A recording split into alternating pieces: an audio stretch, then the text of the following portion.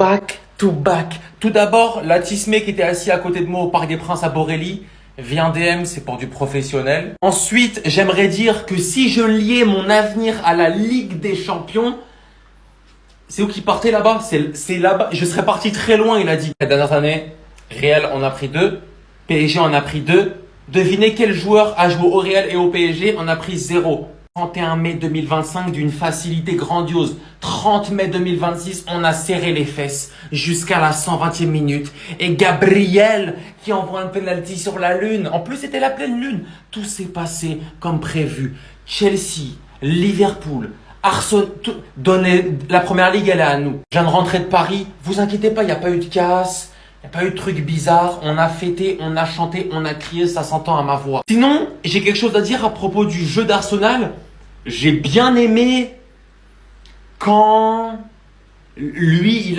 quand il s'est jeté au sol et ils ont bien défendu. C'est bien, ils ont bien défendu. À part ça, j'ai rien à dire. Merci Paris. Je ferai les notes du match demain et je ferai d'autres vidéos demain parce qu'il est 3h32 et je vais aller dormir et vous dormez aussi. Vous êtes en train de foutre le bordel sur Paris, je sais pas qu'est-ce que vous faites. Le PSG va remporter la Ligue des Champions. J'avais dit qu'on allait punir. On était qu'en mars et pourtant j'avais déjà prévenu que le 30 mai 2026 on sera sur les Champs-Élysées.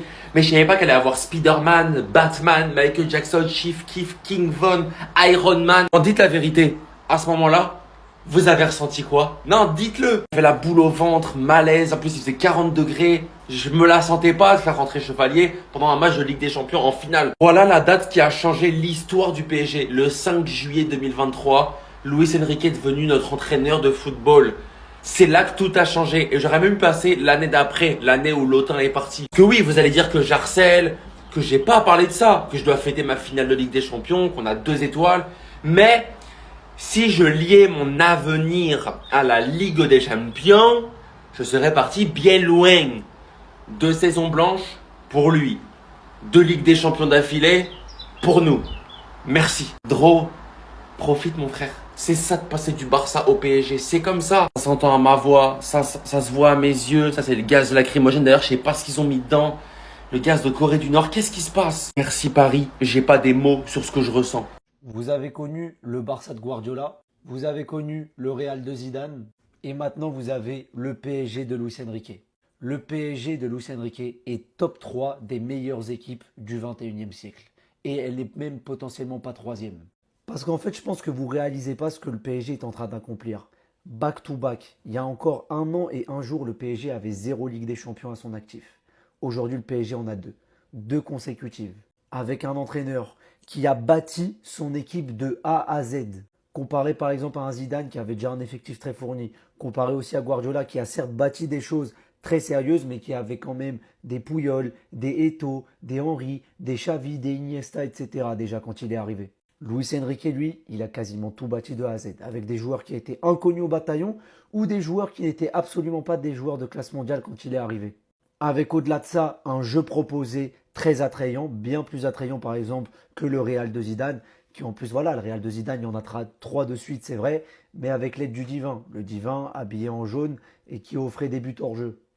Ce PSG-là arrive à allier jeu placé, jeu de possession, transition rapide, contre-attaque, faire le dos rond quand il faut le faire. Ce PSG sait absolument tout faire. Et parmi ces 3 équipes, le Barça de Guardiola, le Real de Zidane et le PSG de Luis Enrique, le PSG de Luis Enrique est l'équipe la plus complète. Et surtout, ce qui est fort dans cette équipe du PSG, c'est qu'il n'y a pas une grosse individualité qui ressort. Par exemple, au Barça, il y avait Messi. Au Real Madrid, il y avait Cristiano Ronaldo. Au PSG, il y en a qui peuvent dire il y a Ousmane Dembélé, mais Ousmane Dembélé ne ressort pas autant qu'un CR7 ou un Messi. Donc ce PSG est une arme collective juste énorme, sans facteur X, qui est réellement au-dessus de ses autres coéquipiers. Et ça, c'est exceptionnel. Les Barcelonais, rapprochez-vous, je vais vous dire quelque chose. Venez, venez. Ce que réalise Luis Enrique avec le PSG, c'est plus fort que ce qu'a réalisé Guardiola avec le Barça. Voilà, c'est tout. Je sais, ça va vous choquer, je sais que ça va vous vexer, mais c'est la vérité les gars. Et commencez pas à me dire, déjà Enrique c'est un disciple de Guardiola. À ce moment-là, l'élève a dépassé le maître, c'est pas un problème. Alors attention, ça va peut-être un peu vous rassurer, je ne suis pas en train de dire que le PSG de Luis Enrique est plus fort que le Barça de Guardiola. Mais en termes d'accomplissement, ce que fait Luis Enrique avec ce PSG, c'est plus fort que ce qu'a réalisé Guardiola avec le Barça. Parce que Guardiola, ce qu'il fait avec le Barça, c'est magnifique, hein. Je suis pas en train de dire le contraire. Mais il arrive, il a déjà des mecs comme Puyol, il y a Xavi, il y a Iniesta, il y a Eto'o, il y a Henry, il y a Messi. Alors que Luis Enrique, l'équipe du PSG, vous regardez les 11-12 titulaires, c'est façonné de A à Z. Soit de joueurs qui étaient inconnus au bataillon il y a encore 2 ans, soit de joueurs qui étaient des flops, personne ne croyait en eux et finalement c'est devenu des top players. Et au-delà de ça, tout en procurant un jeu exceptionnel. Parce que oui, le PSG joue un très beau jeu. Et le PSG d'ailleurs est plus complet que le Barça de Guardiola. Parce que le PSG sait jouer en jeu de possession, en attaque placée, mais aussi en transition rapide, en contre-attaque. Et le PSG sait aussi faire le dos rond quand il faut le faire. Donc ce que réalise Luis Enrique, c'est tout simplement sublime. Et c'est plus fort que ce qu'a réalisé Guardiola avec le Barça. Est-ce que Luis Enrique ne pourrait pas rentrer dans la discussion du meilleur entraîneur de tous les temps? Il vient de prendre sa 3e Ligue des Champions. Là, sa 2e avec le Paris Saint-Germain, il faut pas oublier celle historique avec le Barça en 2015. Au-delà même des trophées emportés, on ne peut qu'admirer ce qu'il est en train de créer avec cette équipe du Paris Saint-Germain. Il reprend une équipe qui sort en 8e, qui est totalement décomposée. Et aujourd'hui, regardez en fait, c'est la meilleure équipe du monde. J'ai pas peur de le dire en tant que Bavarois, mais vous inquiétez pas, on est juste 2e et on arrive l'année prochaine. Mais franchement, cette équipe, elle force le respect. Déjà l'année dernière, ils ont choqué l'Europe avec le jeu déployé, le jeu de Luis Enrique.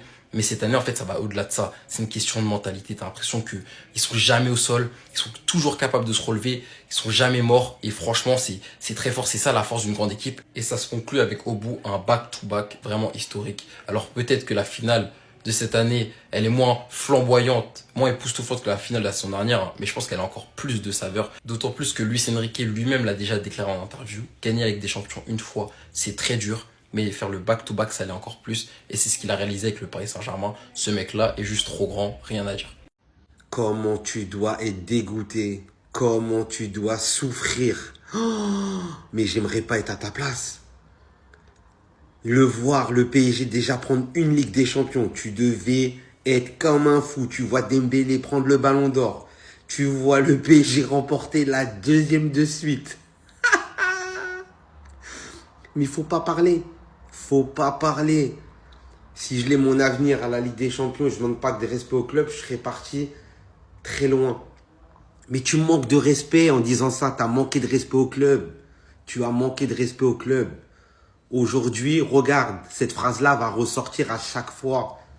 À chaque fois. Tu sais, des fois, faut se contenir.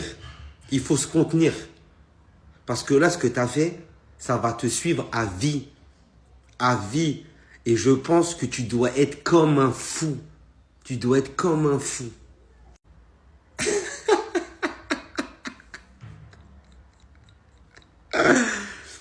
Back to back. Peut-être Dembélé va prendre un 2e ballon d'or. Il est passé devant toi. Ah là là, ça doit être dur d'être dans la peau d'Mbappé aujourd'hui. Ça doit être dur. Tu dois souffrir. Tu dois souffrir. Et Enrique, c'est un visionnaire. C'est un visionnaire. Il a dit, après le départ d'Mbappé, vous avez dit que votre équipe sera meilleure. Et elle est meilleure. Quoi qu'on dise, quoi qu'on pense, depuis qu'Mbappé est parti du PSG, l'équipe est meilleure et a réalisé ses 2 plus belles saisons. Et ça, c'est un fait qu'on ne peut pas enlever.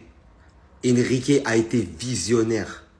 Désiré Doué juste après avoir gagné la Ligue des Champions. La 2e est là, on va bosser pour la 3e. Mais les gars, mais le PSG c'est devenu le Real Madrid en fait. Les gars, vous voyez ce genre de propos là. La 2e est là, maintenant on va bosser pour la 3e. C'est à cause de lui les gars. C'est à cause de lui. En fait, il y a 2, 3, 4, 5, 6 ans, ça se moquait du PSG parce qu'ils arrivaient même pas à faire une finale. Et maintenant, t'as l'impression, c'est un lundi, c'est un mardi, c'est une journée au boulot pour le PSG de prendre une Ligue des Champions. C'est la première fois depuis le Real Madrid 2016-2017 qu'on voit un club la prendre 2 fois d'affilée. Et comment ils l'ont pris 2 fois d'affilée? En sortant le Bayern, en sortant ceci, cela. Mais les gars, c'est trop. Maintenant, je vous pose la question. Mais les gars, imaginez, vous savez très bien ce que je vais dire. Imaginez, ils prennent une 3e Ligue des Champions. Et en prenant la 3e, ils vont dire quoi? On y va pour la 4e? Les gars, ils sont rentrés dans une bulle de concentration. Ils sont tellement en confiance. Ça va être hyper dur de les sortir. Je vous le dis. Imaginez, ils font le triplé. Mais les gars, je vous jure, je serais choqué. Il y en a, pour nous, par exemple, le Barça, c'est galère d'en prendre une. Ils en prennent 2. T'as l'impression que pour la 3e, ça va limite être facile pour eux d'atteindre au moins les demi. C'est incroyable. Depuis l'arrivée de Luis Enrique du côté du Paris Saint-Germain, dites-vous que son équipe est invaincue en séance de pénalty. La dernière défaite au pénalty du Paris Saint-Germain, elle remonte en début 2022. Luis Enrique n'était toujours pas arrivé. Et après, il est venu, et depuis son arrivée, il y a eu 6 séances de pénalty. Le constat, il est simple. 6 séances, 6 victoires. Une face à Lens en Coupe de France, une face à Liverpool en Ligue des Champions, une face à Tottenham en Supercoupe, une face à Flamengo, une face à l'OM et une face à Arsenal. Mais pourtant, il y a encore des personnes dans ce monde qui vont venir te dire que voilà, les pénaltys, c'est de la chance. Les pénaltys, c'est de la loterie. Mais en fait, le Paris Saint-Germain de Luis Enrique, ça en est le pur exemple.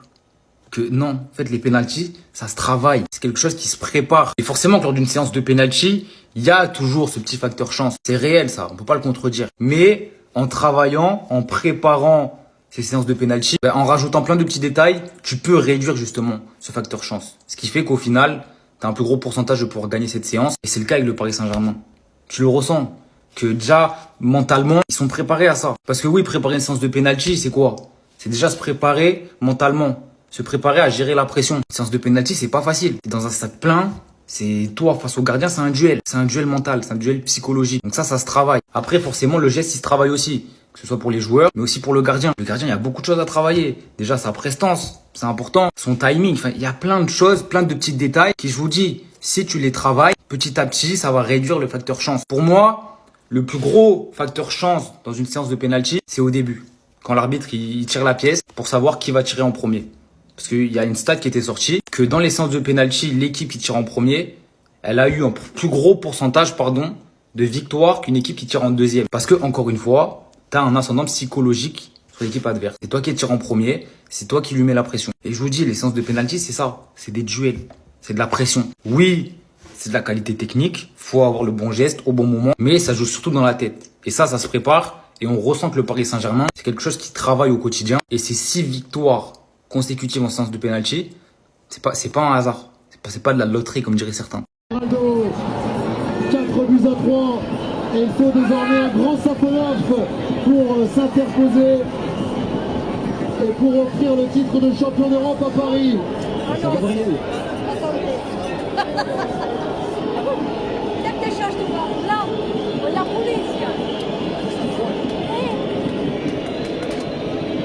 Qu'est-ce qui va se passer dans la tête de Gabriel? Ça va? Ah ouais, tranquille. C'est un joueur expérimenté. Ce genre de situation, il n'oublie pas tout le temps de frapper comme il voulait aux entraînements. À part vous rassurer avec où vous voulez la mettre à chaque fois. Les entraîneurs, oui, sur ce geste technique, c'est une situation unique. Elle est unique. Il dans ce jeu à la pression maximale, évidemment sur le Brésilien, qui est l'un des joueurs de la saison d'Arsenal. C'est parti pour Gabriel.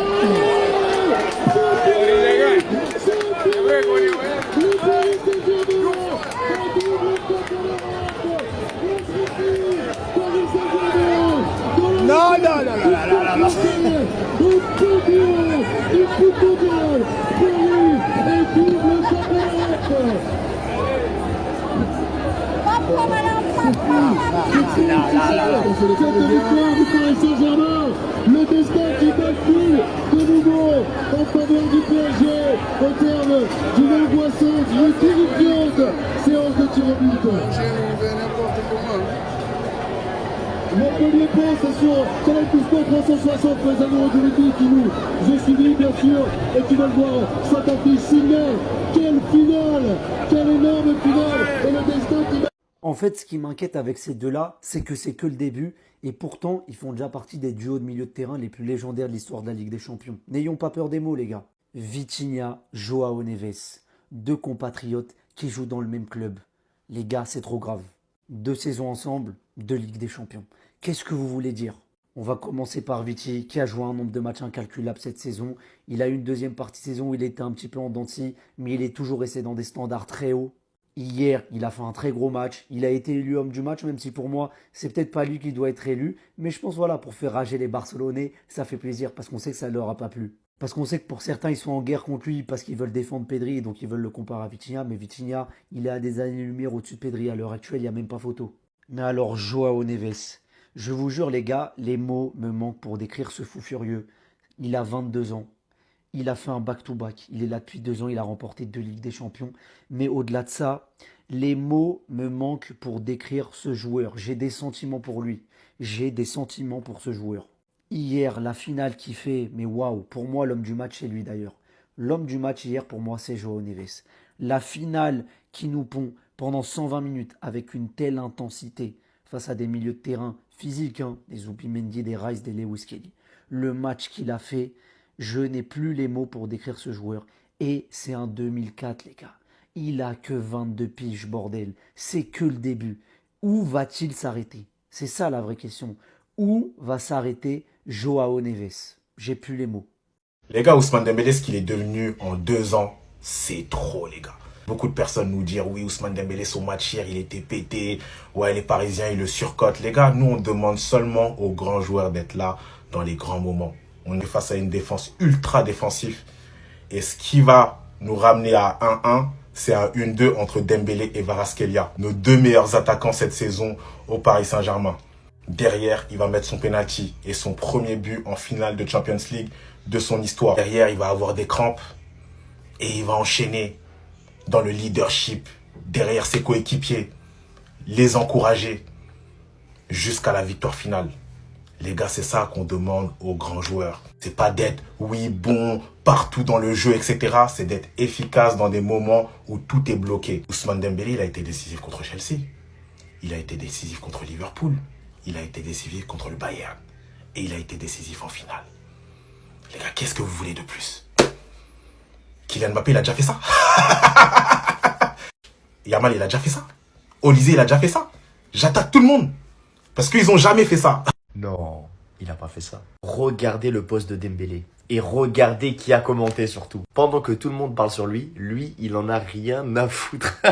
Dembélé qui fait son post Insta habituel, on va dire habituel maintenant, de lui qui gagne la Ligue des Champions, le back-to-back. Et quand on pense à une victoire du PSG en Ligue des Champions encore, on pense à un certain personnage, les gars.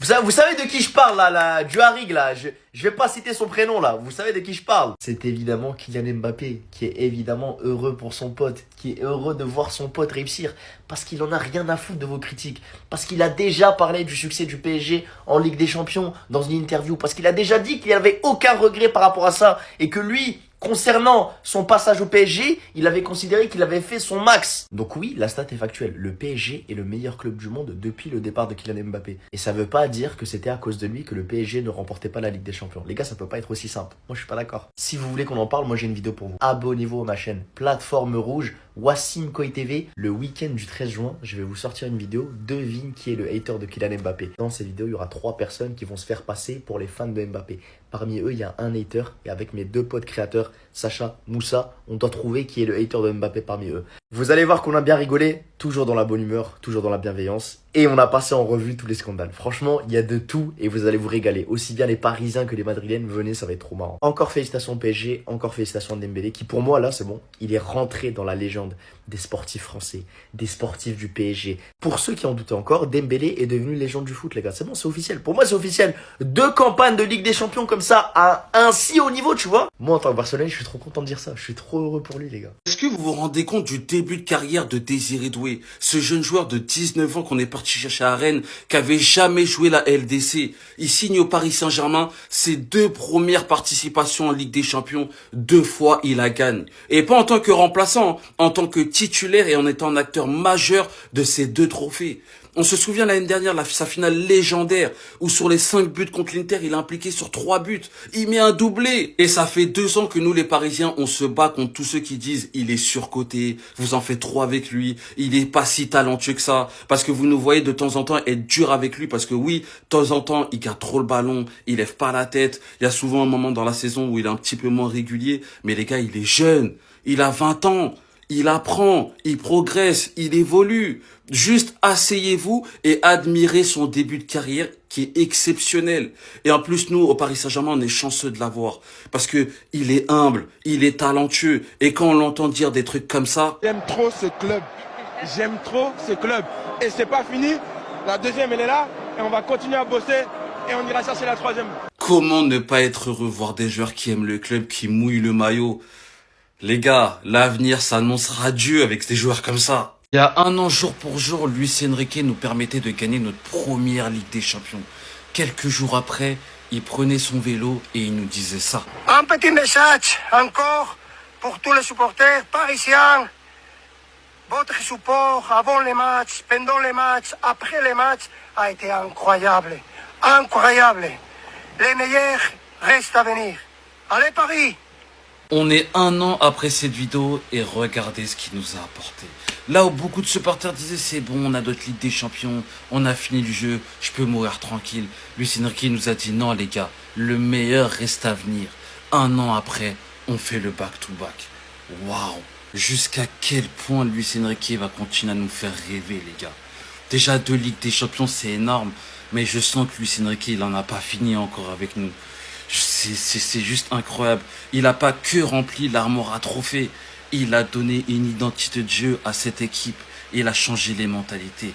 Il nous a fait progresser. Les supporters, les joueurs, tout le monde. Luis Enrique, les gars, quel homme.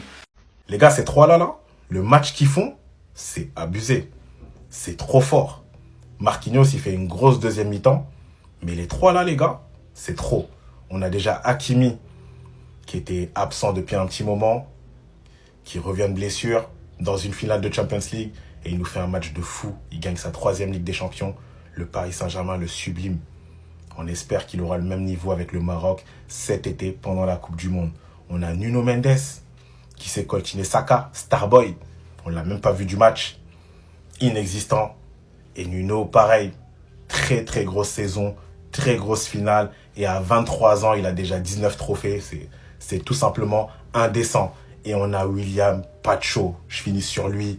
Souleymane, le frérot. Les gars, la finale qui nous fait encore. La finale qui nous fait encore, les gars, Pacho. Quand je l'ai vu ému à la fin avec Vitinha, je me suis dit, ce gars-là, il mérite. Il mérite. Qu'est-ce qu'il est fort. Qu'est-ce qu'il est fort. Franchement, nos 3 défenseurs. Et je rajoute Marquinhos parce que sa deuxième mi-temps, elle est exemplaire malgré l'erreur qu'il fait sur le but d'Havertz.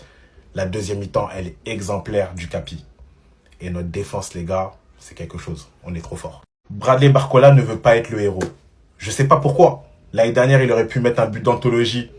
Quand il met une fan de frappe à HRB, il tire petit filet. Et là, 96e minute, dernière action. J'étais au Parc des Princes. Il y avait des personnes qui étaient debout. Il y avait des personnes qui étaient assises.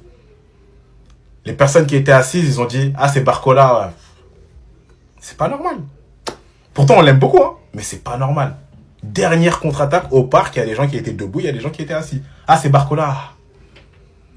C'est pas normal, frérot. C'est pas normal, comme je te le dis. Il y a eu une action contre le FC Barcelone en 2024. Tu passes devant le défenseur. Carton rouge.